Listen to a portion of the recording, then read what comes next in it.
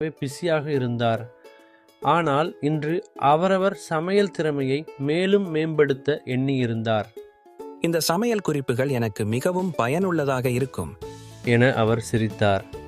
மனோஜ் அரிசி சொம்பி பற்றி படித்தபோது அதனை செயல்படுத்த முயன்றார். அரிசி கழுவிய நீரை தண்ணீரில் சேர்த்து தனது வீட்டுத் தோட்டத்துக்குள் ஊற்றினார். இதை என் செடிகளுக்கு செய்தால் நல்ல வளர்ச்சி கிடைக்கும் என அவர் நம்பினார். மனோஜ் சமையலின் போது உப்பு அதிகமாகிவிட்டது என்பதை உணர்ந்தார்.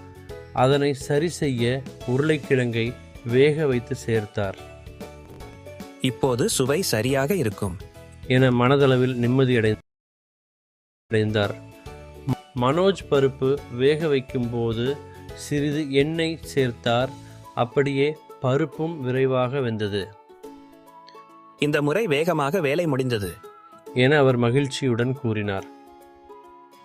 மனோஜ் நெய்யை பொன்னிறமாக்க வெந்தயம் சேர்த்தார். பொன்னிறம் அழகாக உள்ளது என அவரது முகத்தில் வெற்றி வெள்ளம் பொங்கி வழிந்தது. மனோஜ் சமையல் முடிந்த பின் கொத்தமல்லி மற்றும் புதினாவை நீண்ட நாட்கள் தாசா வைக்க அதனை துணியில் சுற்றி குளிர்சாதன பெட்டியில் வைத்தார். இந்த சமையல் குறிப்புகள் என் வாழ்க்கையை எளிதாக்கியுள்ளன என அவர் திருப்தி அடைந்தார்.